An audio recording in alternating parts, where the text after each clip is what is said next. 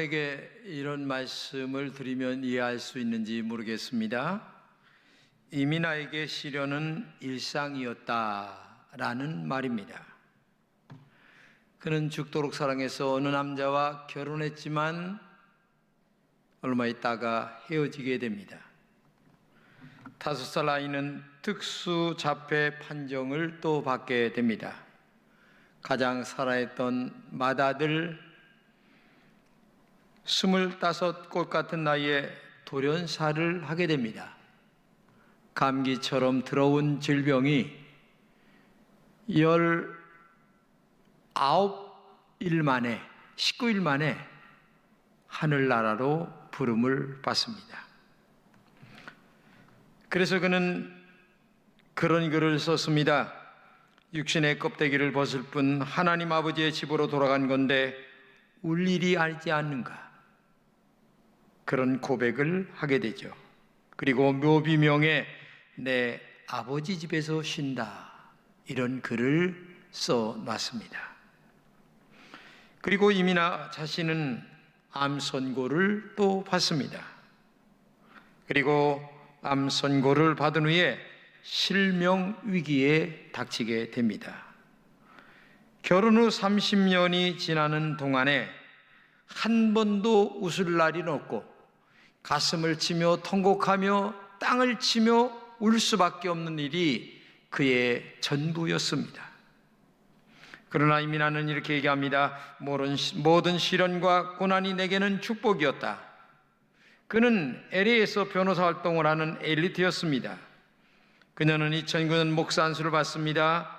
그리고 미국, 아프리카, 남미 아니면은 중국 등지를 돌아다니며 마약과 술에 빠진 청소년 구제 활동에 전념하다가 건강에 또한 빨간불이 켜져서 결국 하나님의 부르심을 몇 년 전에 받게 되었습니다.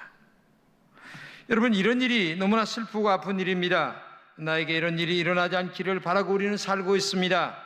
그런데 우리는 내일을 아무것도 모르고 살아가는 정말 인생입니다. 이럴 때에도 이민아처럼 믿음을 지키다가 할렐루야를 외치면서 하나님 앞에 갈 수 있을까 곰곰이 생각하지 않을 수가 없습니다.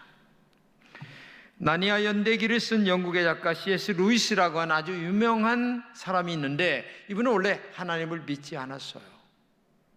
그러다가 하나님이 이 루이스를 찾아봐서 만나서 거듭나게 됩니다. 그리고 그분이 지은 여러 책들이 많이 있는데, 그분은 이런 말 한마디를 남깁니다. 바다의 파도 끝에 물이 잠깐 멈추는 순간이 우리의 인생이다. 그렇죠. 바다가 쫙 모래 위를 밀려오다가 순간 멈췄다가 다시 또 쑥 빠지는데 그 멈추는 순간이 우리의 인생이다. 그렇게 얘기를 하고 있습니다. 한마디로 얘기하면 이 세상이 그렇게 짧다는 얘기입니다. 그리고 이 세상에서 모든 것이 다 끝나는 것이 아니라 영원한 하나님의 나라가 우리를 기다리고 있다. 그러므로 우리는 어떤 고난과 시련 속에 있다 할지라도 믿음으로, 말씀으로, 성령에 이끌려 살아가는 신앙의 사람이 되어야 된다. 아버지 어려운 교수가 세례를 받는 계기가 되었습니다. 이민아 딸이 암에 걸려 허덕이다가 그만 이 장님이 되는 거예요. 그러니까 이 어려운 교수가 하나님 살아계시다면 제발 우리 딸의 눈을 열어주세요 하면서 하나님 앞에 서원 기도를 합니다. 몇 개월 기도를 했는데 놀랍게도 이 눈이 활짝 열렸습니다. 깜짝 놀랐습니다. 야, 이런 기적이 있다니. 그러면서 딸에게 부탁을 합니다. 너 밖에 나가서 절대 이런 기적 이야기는 하면 안 돼. 왜냐하면 기적은 하나님에게 내가 보니까 일상처럼 일어날 수 있는 일이야. 그런데 아무리 기적이 일어났다 할지라도 그 기적은 우리가 사는 동안 또 끝날 수 있는 거야.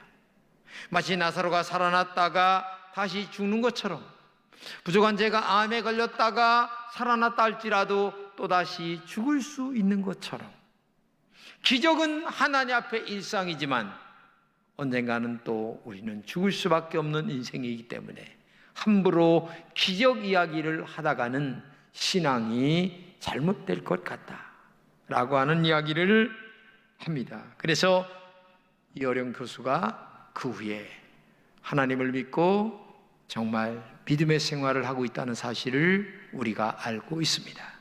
지금 제가 이야기한 이 이민아 씨의 이야기는 드라마 같은 이야기를 우리에게 말해주고 있습니다. 그러나 이것은 사실입니다. 그리고 우리에게 실제로 일어날 수 있는 일이기도 합니다. 오늘 본문 1절입니다. 여호와의 종 모세가 죽은 후에 라는 말이 있습니다. 이 말씀은 청천벽력과 같은 이야기입니다. 이스라엘 백성들이 정말 40년 동안 기둥으로 섬기면서 의지하고 그 다음에 그들의 희망이었던 모세가 지금 죽었습니다. 모세는 430년 동안 종살이하던 이스라엘 백성들을 애굽에서 이끌어내는 진정한 지도자였습니다. 40년 동안 광야길 속에서 함께 울며 함께 웃으며 그 엄청난 시련과 고난의 길을 함께 걸어왔던 그 지도자 모세가 지금 죽었습니다. 그들의 의지의 힘이었습니다. 그들의 희망이었습니다. 그들의 영적 아버지였습니다. 그런데 모세가 지금 죽었습니다.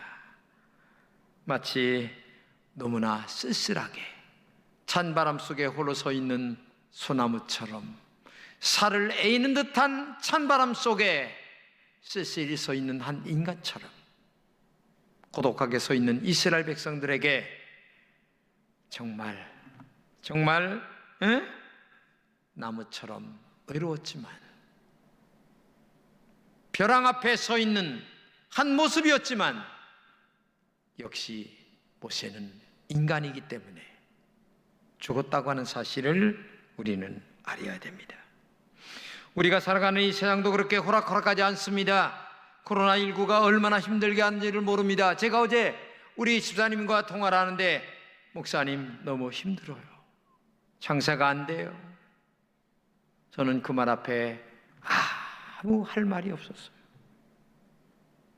기도를 해드리면서 함께 울먹이다가 전화를 끊었습니다마는 정말 이러다 보니까 여러 곳에서 인간들의 마음이 정말 상상 못할 정도로 사나워지고 있습니다. 남편과 아내가 자주 충돌합니다. 어느 부부 이야기입니다. 남편은 주말에 차고를 깨끗이 씻은 후에 부인의 가사를 돕는 것이 사랑이라고 생각했습니다. 근데 부인은 반대로 차를 몰고 바닷가를 걸으며 그리고 철썩거리는 바다를 보면서 커피 한 잔을 먹는 것이 진정한 사랑이 아니냐 이렇게 생각을 했어요. 자, 그런데 이러한 사소한 것들이 남편과 아내의 생각의 차이입니다. 이것이 어긋나 정말 사사건건 보이지 않는 아픔과 시련으로 치닫는 것이 오늘 우리의 삶의 현실입니다. 이런 것을 몰라서 남편과 아내들이 힘들어하는 분들이 있습니다. 부부가 이렇게 말합니다. 여보, 내가 맛있게 밥 만들었어. 빨리 와 밥 먹어. 이렇게 얘기를 하니까 남편이 나 지금 밥 먹을 기운 없어. 이렇게 얘기를 합니다. 그러니까 마음에 뿔이 난 이 아내가 나랑 얘기 좀 해. 이렇게 얘기를 하니까 남편이 또다시 하는 말이 나 아무것도 하고 싶은 얘기가 없어. 이렇게 얘기하니까 또 아내가 하는 말이 당신 나 안 좋아해? 대뜸 하는 말이 이렇게 하는 거예요. 그러니까 남편이 하는 말이 왜 이렇게 귀찮게 해? 이렇게 되다 보니까 보이지 않게 언성이 높아지게 되고 부부 사이에 금이 가고 별것도 아닌 것이 치닫는 허망한 결과를 만드는 결과가 있습니다. 이게 조금씩 부부 사이에 금이 가고 있다는 얘기입니다. 그런데 지금 그런 일들이 우리 사이에 일어나고 있습니다. 너무나 힘들다 보니 그렇습니다. 서로에 대한 배려가 없습니다. 이유 없이 그냥 귀찮다는 겁니다. 가장은 돈을 제대로 벌어오지 못하니 어깨가 축 처져 있습니다. 괜스레 짜증납니다. 그러면 아내가 위로해야 되는데 나는 더 힘들어. 집에서 애들하고 싸우느냐고 더 힘들어. 왜 나를 이해 못해? 서로 이해 못해 준다네. 이게 지금 현실이에요. 오늘 본문의 이스라엘의 문제도 그렇습니다. 모세가 죽었습니다. 지금 이스라엘 백성들은 정신이 없습니다. 벼랑 끝에 서 있습니다. 지도자를 잃었어요. 이것도 아니고 저것도 아니고 지금 우왕좌왕하고 있는데 여호수아가 네가 지도자가 되라 하나님 말씀하시는 거예요. 그러니까 여호수아는 지금 모세의 종으로 평생 살았는데 지금 지도자가 되라? 말이 안 되는 거예요. 그리고 이스라엘 백성도 이해가 안 되는 거예요. 지금 이런 상황 속에서 지금 오도 가도 못하는 이런 형편 속에 있는 혼란 속에 빠져 있는 어리둥절한 순간이 지금 이스라엘 백성들의 모습이다. 한마디로 얘기해서 벼랑 끝에 서 있다. 자, 그런데 이런 절망에 빠져 호적거리는 여호수아에게 하나님 말씀하십니다. 첫째, 너는 모든 백성과 함께 일어나라 말씀하십니다. 지금 이스라엘 백성들은 벼랑 끝에 서 있습니다. 지도자가 공백이기 때문에 그렇습니다. 이런 엄청난 어려움 속에 있을 때 여호수아에게 하나님은 말씀하십니다. 1절과 2절입니다. 여호와께서 모세의 수종자 눈의 아들 여호수아에게 말씀하여 이르시되 내 종 모세가 죽었으니 이제 너는 이 모든 백성과 더불어 일어나. 네, 여기서 지금 하신 말씀이 모세가 죽었는데 너는 지금 허적거리고 벼랑 끝에 서서 마음이 지금 바르게 서지 못하면 어떻게 되겠느냐? 일어나라. 지금 그렇게 말씀하고 있는 거예요. 여기 일어나라고 하는 말은 일어서다, 일으키다, 세우다 이런 말입니다. 구약 성경에 이 단어가 630번 나오는데 이스라엘 백성들이 애굽에서 나와 계속 가나안 땅에 들어가고 또 가나안 땅에 살아가는 동안에 정말 일어나야 될 이런 허우적거리는 상태가 너무 많이 있었다는 얘기입니다. 그 현실은 오늘 여러분과 저에게도 많이 있어요. 그렇기 때문에 지금도 이 일어나지 못하는 이 여호수아와 이스라엘 백성들에게 말씀하신 것처럼 오늘도 주님은 오늘 우리들에게 너희들도 일어나라, 일어나야 되지 않느냐, 지금 이것을 말씀하고 있는 겁니다. 한마디로 얘기하면 정신적으로 먼저 일어나라 그 말입니다.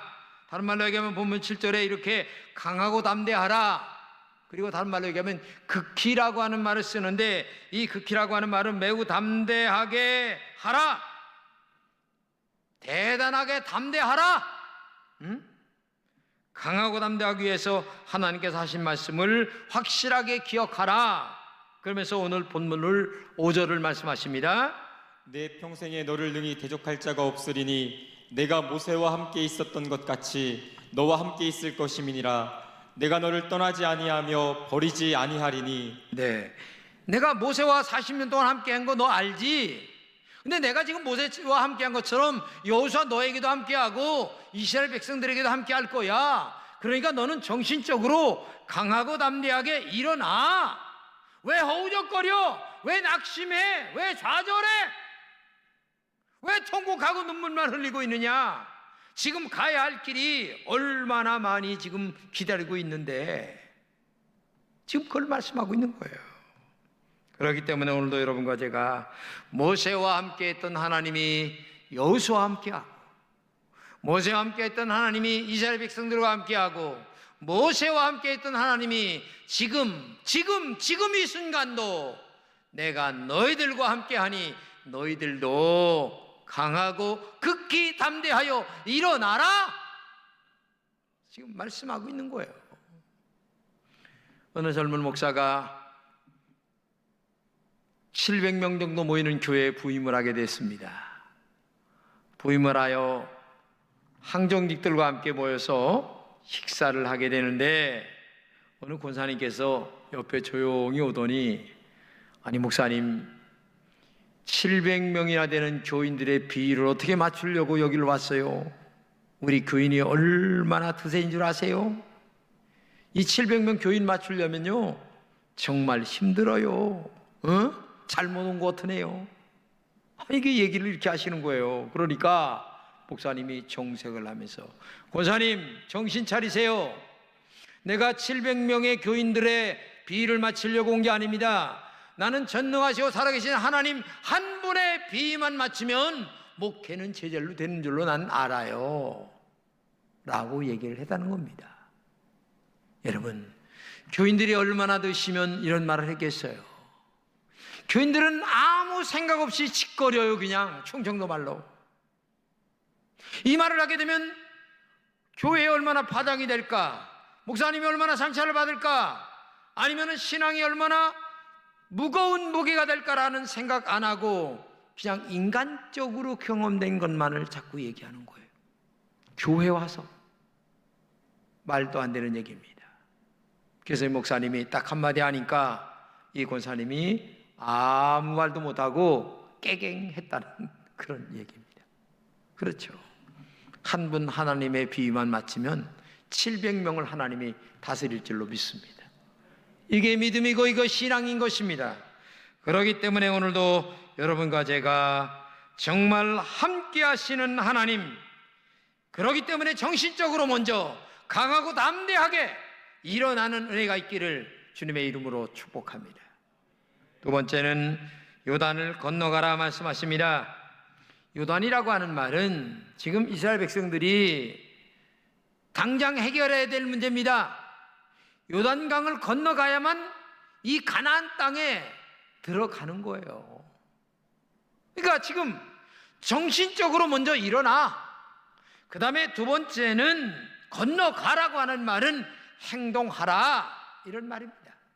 그러니까 신앙이라고 하는 것은 정신적 무장과 함께 행동이 함께하는 신앙이 될 때에 이게 진정한 믿음이라는 것을 우리는 알아야 됩니다. 행동하는 신앙이 되라는 얘기입니다. 이론적으로만 알고 있으면 안 된다는 얘기예요. 행동 속에도 함께 하시고 정신 속에도 하나님은 함께 하십니다. 그러므로 정신적으로 확실하게 무장을 하고 일어났다면 이제 행동으로 전진하여 요단강을 건너가라 이렇게 말씀하고 있는 것입니다. 신앙은 정신무장하는 겁니다. 정신무장이 나는 하나님이 함께하는 사람이라고 하는 확신이라고 얘기한다면, 하나님이 함께하는 확신을 갖는다면 그 다음에 행동으로 옮기는 신앙이 우리에게 있어야 되는 것입니다. 그렇기 때문에 오늘 본문에서 이 건너라고 하는 말과 가라라고 하는 말이 나오는데 이 단어는 한 단어를 가지습니다. 지나가다, 건너가다, 끝나다 라고 하는 얘기입니다. 이 동사의 개념은 움직이는 개념입니다. 정해진 것이 없이 움직이는 것을 얘기하는 거예요. 그렇기 때문에 신앙은 정신적으로 먼저 무장을 하고 행동으로 움직여 나가는 신앙이 함께할 때에 우리가 목표한 가나안이라고 하는 그 엄청난 축복을 향하여 달려갈 수가 있다고 하는 것을 알아야 됩니다. 행동할 때 항상 생각할 것이 있어요. 본문 9절을 현대인의 성경으로 읽겠습니다. 내가 너에게 마음을 굳게 하고 용기를 가지라고 하지 않았느냐? 너는 조금도 두려워하거나 무서워하지 마라. 네가 어디로 가든지 너의 하나님 나 여호와가 너와 함께하겠다. 네, 내가 너와 함께하겠다. 이 벼랑 끝에 서 있는 이스라엘 백성들과 여호수아에게 정말 생각해야 될 것이 있는데, 첫째는 뭐냐? 마음을 굳게 먹고 용기를 가져라. 둘째는 조금도 두려워하거나 무서워하지 말아라. 셋째는 전능하신 하나님이 너와 함께 하심을 확실하게 믿어라. 그냥 아는 게 아니라는 거예요. 확실하게 믿어라. 그리고 믿고 행동하라. 본문은 같은 단어이지만 다른 단어가 나오는데 두려워하지 말라라는 말이 있고 그 다음에 무서워하지 말라라는 말이 있습니다. 이 두려워하지 말라라고 하는 말은 두려움과 공포로 벌벌 떨지 말아라 그런 말이고, 무서워하지 말라라고 하는 말은 당당하거나 낙심하지 말라, 낙담하거나 낙심하지 말아라, 당황하거나 낙심하지 말아라. 왜? 우리가 나가는 곳에 전능하시고 살아계신 하나님이 함께하는 백성이 아니냐? 너와 언제나 동행하는 하나님이 아니냐? 성령님이 너와 동행하지 않느냐? 그렇기 때문에 너는 정신적으로 낙심하지 말고 그 그다음에 낙심하지 않는 정신을 가지고 행동으로 옮겨나가는 그러한 하나님의 거룩한 백성이 됐을 때에 승리하는 위대한 종이 된다는 것을 잊지 말아라. 그것을 우리에게 말씀하고 있는 거예요. 내가 어디로 가든지 너희 하나님 나 여호와가 너와 함께하는 사람이 아니냐. 그렇기 때문에 너는 일어나야 된다. 그리고 행동하는 신앙을 가져야 된다. 왜 쭈물쭈물 하느냐? 왜 주저주저 하느냐? 왜 요단강을 들어가지 않느냐? 말씀하고 있는 거예요. 여러분 어떤 신앙입니까? 한번 자신을 생각해 보세요. 정말 정신적으로 확실하게 일어난 신앙입니까? 아니면 확실하게 일어난 신앙 속에 하나님이 나와 함께 하심을 믿으면서 행동으로 옮겨나가는 확실한 신앙입니까? 이 두 가지가 함께 할 때에 우리의 영적 가나안, 축복의 땅 가나안은 바로 우리에게 점령해진다는 사실을 우리가 알아야 됩니다. 그렇기 때문에 믿음은 두 가지입니다. 일어나라, 그리고 행동하라, 이겁니다. 여러분들이 살면서 벼랑 끝에 서 있을 때가 많이 있을 겁니다. 그러나 그때마다 이 말씀을 기억하세요. 일어나, 그리고 행동해, 가, 내가 너와 함께한다. 이것을 잊지 않는 여러분 되시기를 주님의 이름으로 축복합니다. 미국의 최초의 노벨 문학상을 수상한 펄벅 여사가 있습니다. 아버지가 선교사예요. 중국에 선교사로 갔습니다. 중국에 선교사로 갔을 때 펄벅 여사는 아주 이제 어렸죠.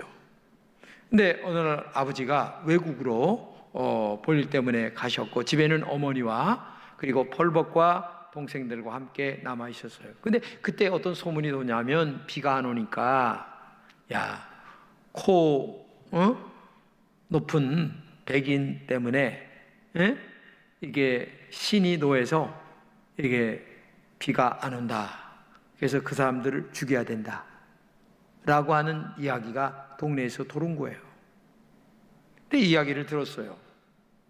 근데 남편은 없고 아이들만 있고 어머니 혼자 고민 끝에 이 어려울 때 용기를 가져야지. 아이들과 함께 이걸 이겨나가야지 하는 생각을 하다가 하나의 지혜를 짜냅니다. 어느 날 아이들에게 얘기합니다. 저들이 언젠가 쳐들어올 텐데 대비해야 된다. 그러면서 방법을 짜는데 뭐냐? 대문을 활짝 열어놓고 그 다음에 집에 찻잔을 여러 개 준비해놓고 아이들은 장난감을 갖고 노는 그 훈련을 시키는 겁니다. 아닌가 달라요? 어느 날 되니까 동네 사람들이 이 몽둥이를 들고 와보니까 대문이 열려 있는 거예요. 이상하네. 들어가 보니까 집안에는 세상에 차를 딱 준비해 놓고 아이들은 장난감을 놓고 옆에서 놀고 있는데 너무나 평안한 분위기예요. 깜짝 놀란 거예요, 동네 사람들이. 그러니까 펄벅 여사가 어머니가 오셨으니까 차 한잔 드세요. 차를 들고 보니까 아이들이 놀고 있는 모습 속에서 더 이상 어떻게 얘기를 할 수가 없는 거예요. 그래서 그냥 필요 없는 이야기 몇 마디만 하다가 동네 사람들이 돌아간 거예요. 그리고 나서 어머니가 유명한 말을 하는 겁니다. 고난과 역경이 왔을 때에, 어려움과 고난이 왔을 때에 우리에게 가장 중요한 것이 뭐냐? 바로 용기다. 근데 그 용기는 어디서 생기느냐? 바로 이 절망의 순간에서 용기가 생기는 것이다.